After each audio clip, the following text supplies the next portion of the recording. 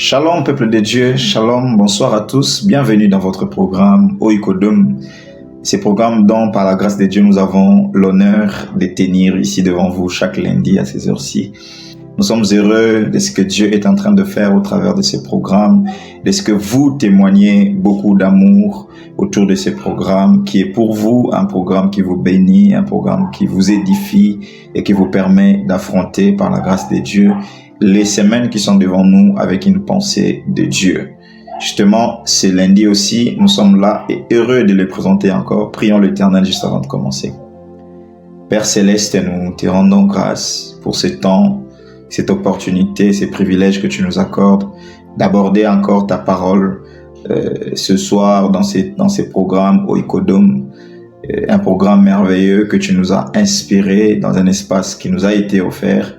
Et nous sommes très heureux de toujours le présenter, car au-delà d'un privilège, c'est une responsabilité que nous accomplissons. Et qu'est-ce qui est plus meilleur que de faire le service de notre Père? Si sur la terre nous faisons le service des autres, nous sommes plutôt très heureux de faire au travers de ces programmes le service de Dieu. Bénis ces programmes, bénis ceux qui le suivent fidèlement et bénis ceux qui seront là même pour la première fois. Bénis-nous qui les présentons, que ton esprit nous accompagne du début jusqu'à sa fin pour ce soir, au nom précieux et glorieux de Jésus-Christ. Amen. Merveilleux et bienvenue dans la présence de Dieu, bienvenue dans ce programme Oikodom. Je suis le bien-aimé Gloire Kianda qui vous le présente, très heureux. Je suis bien-aimé, un membre du ministère Yesunanu. Et c'est le ministère qui nous a accordé cet espace, bien évidemment, je ne cesse de le répéter. Et je suis heureux parce que je suis presque en train de conclure une thématique merveilleuse que Dieu nous avait mis à cœur, laquelle nous abordons depuis le début du mois d'avril. Des mois pratiquement durant, autour desquels nous sommes en train d'aborder cette thématique. Cette thématique, c'était le testament de Jésus-Christ sur la croix. Nous avons longtemps dit que Jésus a manifesté sa volonté juste avant de rendre son esprit à la croix de Golgotha. C'est cette volonté qui a été résumée dans cette parole, qui semblait être juste des paroles dites. D'autres évangiles en parlent, d'autres n'en parlent pas, mais de manière chronologique, mise ensemble, donne une harmonie sur un modèle de vie chrétienne que Jésus souhaitait dès le départ que nous puissions mener. Et Dieu nous avait inspiré par le Saint-Esprit de comprendre la richesse qui se trouve autour de ces 7 paroles, de les mettre en condensé et de faire un grand résumé pour nous les communiquer. Parce que de ça, nous trouvons exactement le modèle de la vie chrétienne aussi simple que Jésus l'aurait voulu juste avant de rendre son esprit. Ça résume en fait tout ce que Christ a fait sur la croix et pourquoi l'a-t-il fait et comment devons-nous nous approprier en acte et en œuvre l'œuvre que Jésus a accomplie sur la croix, excusez-moi la tautologie, comment nous devons nous approprier en application l'œuvre que Christ a accomplie sur la croix de Golgotha. Et nous avons vu jusqu'ici 6 paroles. Vous êtes d'accord et vous avez compris comme moi qu'aujourd'hui c'est la 7e et la dernière parole. Le lundi ici, c'est l'avant-dernier lundi du mois de mai et j'avais promis que cette thématique n'allait prendre que 2 mois. Donc, je tiens encore à ne pas déborder, que Dieu me fasse grâce pour que la matière qui reste, qu'elle soit transmise en 20 minutes aujourd'hui et 20 minutes pour une vingtaine de minutes pour le lundi prochain qui sera le dernier lundi du mois de mai et sinon le dernier lundi de cette thématique ici, la croix, le testament de Jésus-Christ sur la croix. Donc aujourd'hui, nous abordons la 7e et la dernière parole et le lundi prochain qui sera le dernier lundi, je viendrai conclure et faire un grand résumé comme je vous avais promis par la grâce de Dieu, si Dieu nous prête vie comme la Bible dit. Abordons la 7e parole. Elle se trouve dans Luc chapitre 23, le verset 46. Je viens à peine de prier en disant, je venais juste plutôt de vous dire que ces paroles-là n'étaient pas dans certains évangiles, ce n'était pas dit. Mais dans d'autres évangiles, c'était dit. Souvenez-vous, quand la fois passée, nous avons vu la 6e parole qui était « Tout est accompli ». Et la Bible dit, juste après avoir dit ça, Christ a rendu son esprit. Mais quand nous lisons Luc, la Bible dit, au chapitre 23, le verset 46, Jésus s'écria d'une voix forte, « Père, je remets mon esprit entre tes mains. » Et la Bible dit, en disant ces paroles, il expira. Luc montre, contrairement à Jean, qu'il n'avait pas simplement rendu son esprit comme juste un simple fait de constat. Les gens ont juste constaté qu'il est mort. Non.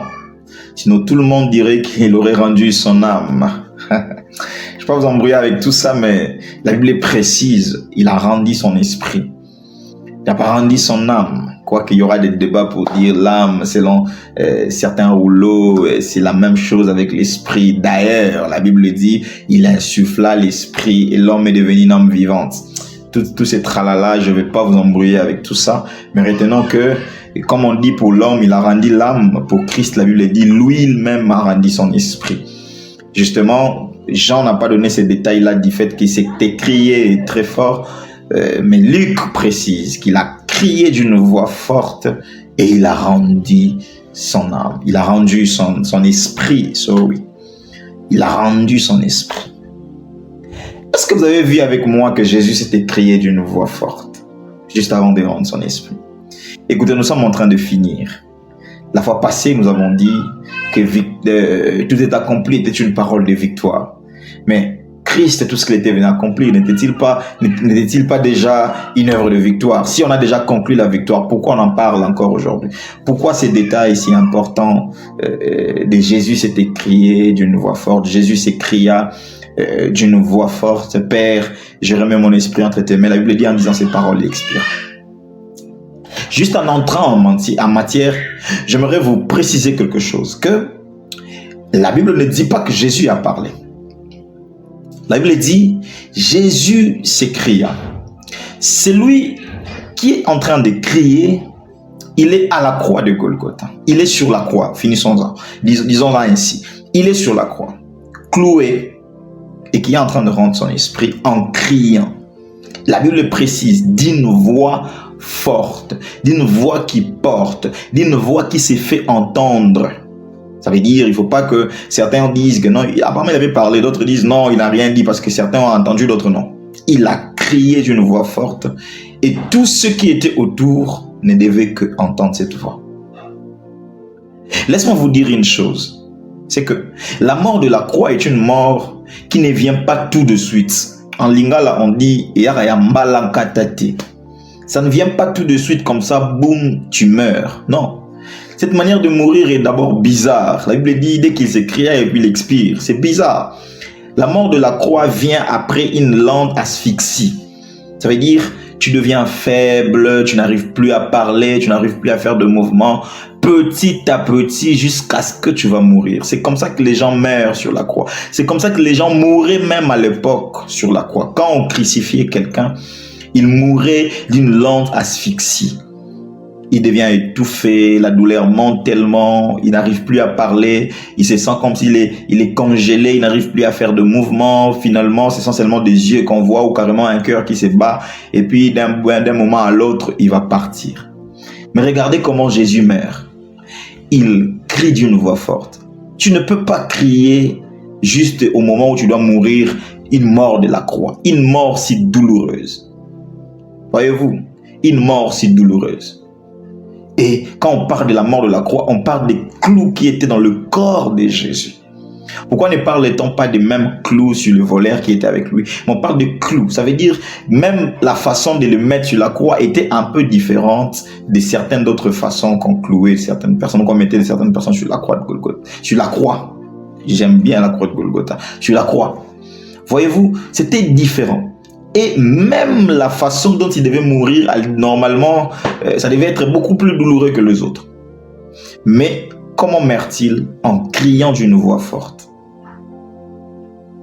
Comment une personne qui est en train de mourir sur la croix, dont on nous dit que c'est une mort qui doit venir de manière lente, avec une asphyxie, mais il crie. Comment fait-il pour avoir la force en ce moment précis pour crier?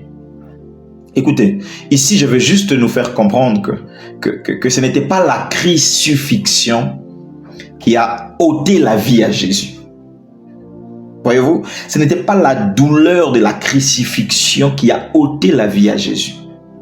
Il a donné sa vie après s'être rendu compte que tout était accompli. Vous vous souvenez que la fois passée, on a parlé de tout est accompli.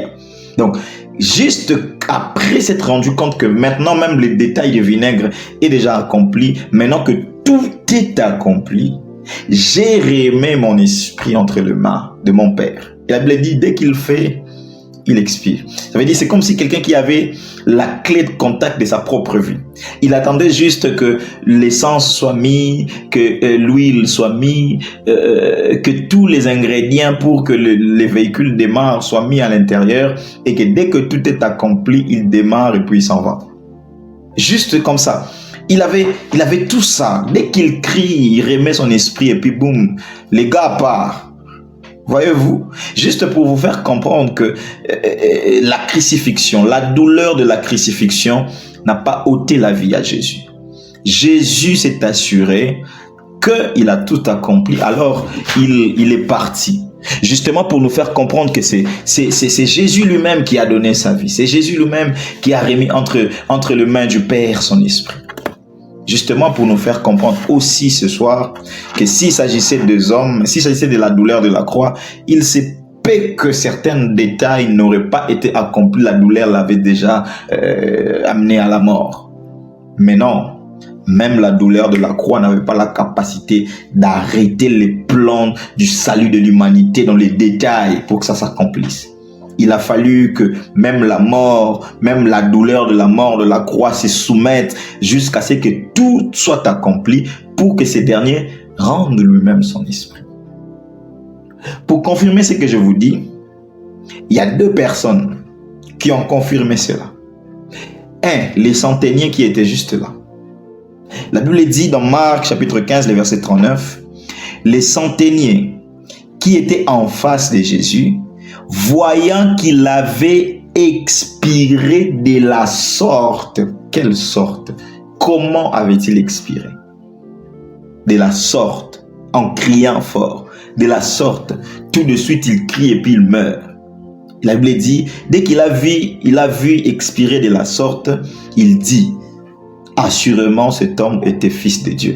Il n'y a que le fils de Dieu qui peut mourir de cette manière-là. Sinon, les autres, eux, quand ils doivent mourir, on ne sait même plus parce qu'ils ne parlent plus. Étant sur la croix, on ne sait pas vraiment est-ce qu'il est déjà mort ou pas. La deuxième personne, c'était Pilate. Pilate s'étonne du fait qu'il est mort si tôt. Dans Marc 15, le verset 44, la Bible dit « Pilate s'étonna qu'il fût mort si tôt. Et il fit venir les centeniers et lui demanda s'il était mort depuis longtemps. » Vous voyez ça? Les centeniers s'étonnent. Et ils disent, assurément, c'était le Fils de Dieu. Pilate s'étonne. Les deux là, ils sont habitués à ce genre de mort de la croix. Mais ils venaient de vivre une nouvelle façon de mourir à la croix. J'ai envie de dire à quelqu'un prophétiquement dans une parenthèse que tes ennemis seront étonnés de comment tu ferais pour tomber dans la même chose dont ils t'attendaient. Ils attendaient que tu meurs, mais ça va se passer tellement différemment que même ça les permet de confirmer que tu n'étais pas n'importe qui.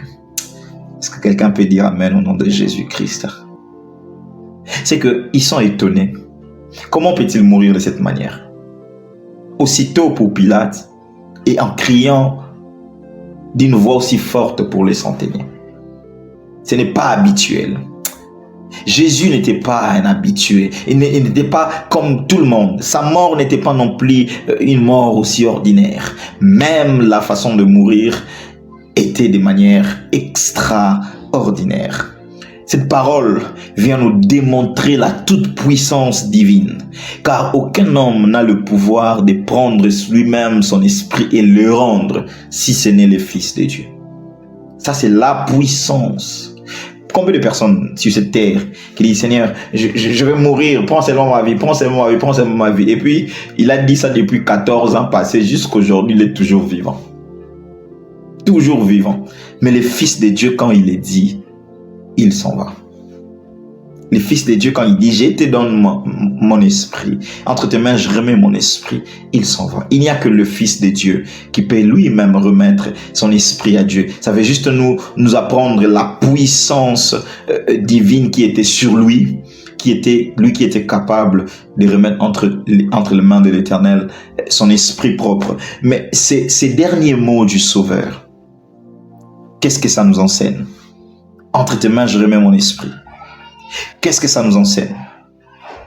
Ça veut nous enseigner aussi que la mort et Satan qui avait le pouvoir en ce moment-là n'ont pas pu et n'ont pas le pouvoir d'arrêter les plans divins du salut. Ils ont été vaincus. Comment? Ils l'ont crucifié pour que la mort lui ôte la vie. Parce que sinon, si c'était juste question de ôter la vie, on allait juste lui couper la tête et puis l'histoire allait finir. Mais ils le mettent sur la croix pour que la douleur lui ôte la vie. Mais même cette douleur n'a pas pu lui ôter la vie. Même la douleur de la mort de la croix, Christ l'a vaincu. Là où ceux qui l'ont crucifié attendaient que la douleur le tue, il rend son esprit. Et donc, vous réalisez comme moi que ce fut une triomphe de Jésus. Ce fut une triomphe. Cette parole nous enseigne la triomphe de Jésus-Christ sur la croix. Voilà pourquoi dans Colossiens chapitre 2, le verset 14 à 15, la Bible dit « Il a effacé l'acte dont les ordonnances nous condamnaient et qui subsistait contre nous et il l'a détruit en le clouant à la croix. » Qui a été cloué? C'est Jésus ou... My goodness. Il a dépouillé les dominations et les autorités et les a livrées publiquement en spectacle en faisant quoi? En triomphant d'elles par la croix. La croix n'a été qu'un moyen par lequel Christ devait triompher des autorités et des dominations en les livrant publiquement en spectacle. Et cette parole montre ce triomphe. Cette parole montre comment Christ a triomphé. Comment Christ a triomphé sur la croix de Golgotha. Comment il a triomphé sur les principautés. Comment il a triomphé sur les dominations. Ceci annonçait également que tout ce qu'il dit, il accomplit. Est-ce que vous vous souvenez qu'il avait dit qu'on ne m'ôte pas la vie, je la donne moi-même. Ma vie à moi, on ne l'ôte pas. Je la donne moi-même. Et là, on vient d'assister à un événement où il donne lui-même son esprit. On ne peut pas ôter la vie à Jésus. Il décide et il est fait. De la même manière qu'il a dit à Pierre, le jour où Pierre a coupé l'oreille de ces messieurs-là, il lui a dit, mon gars, si j'avais besoin de ce genre d'événement, juste une prière au ciel et puis juste quelques anges vont venir fixer cette affaire. Mais si je n'ai pas fait ça, c'est parce que par ce qu'ils sont en train de faire, je suis en train d'accomplir quelque chose. Et puis, il répare l'oreille de ces voleurs. Même en étant sur la croix, s'il avait besoin de descendre là-bas, quelques secondes, il fixe cette affaire, il est à terre. Mais non, ils doivent suivre le chemin parce que c'est ce qu'il avait promis, qu'il mourra à la mort de la croix. Mais il avait promis qu'on ne lui prendra pas sa vie. Il la donnera à lui-même. Ainsi, vous vous souviendrez aussi qu'il avait promis qu'il ressusciterait. Ce qui fut le cas parce que 3 jours après, allais-je dire, il est sorti du tombeau. Ce qu'il dit, il a le pouvoir de l'accomplir. Il n'y a rien du tout de ce que Jésus a dit sur toi ou sur ta famille ou sur quiconque qu'il n'accomplira pas. Parce qu'il a le pouvoir de le faire et surtout personne ne peut l'arrêter. Si ce qu'il a dit de donner lui-même son esprit, la douleur de la croix n'a pas pu faire les contraires, qu'est-ce qui est impossible dans ta vie que Jésus ne pourra pas? Ainsi, il faut aussi savoir, permettez-moi de glisser cela tout de suite, qu'il a également promis qu'il reviendra. Si tout ce qu'il dit l'accomplit, alors sachez qu'il reviendra. Alors si vous m'écoutez et que vous me suivez, vous n'avez jamais donné votre vie à Jésus, rappelez-vous que l'Éternel reviendra. Jésus reviendra. Acceptez Christ dans votre vie comme Seigneur et Sauveur pour échapper au feu de la gêne.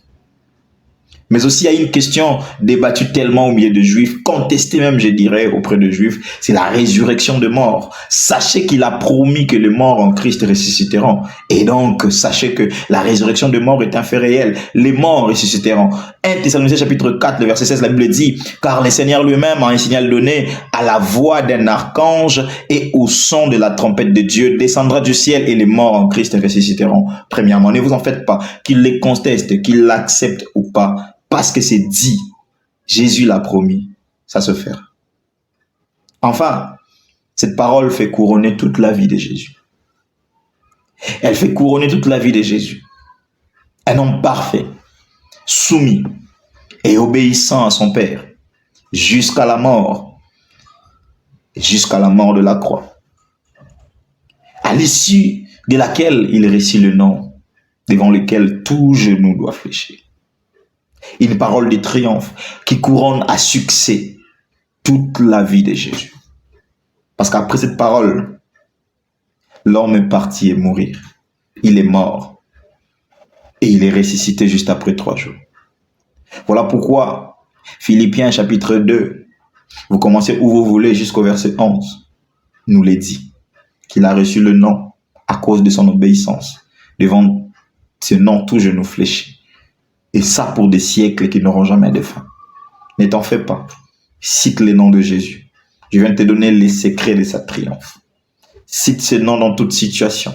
Ce nom n'a pas été souverainement élevé en vain. Il a en lui toute la puissance, toute la capacité pour en finir avec n'importe quelle situation qui vous dérange.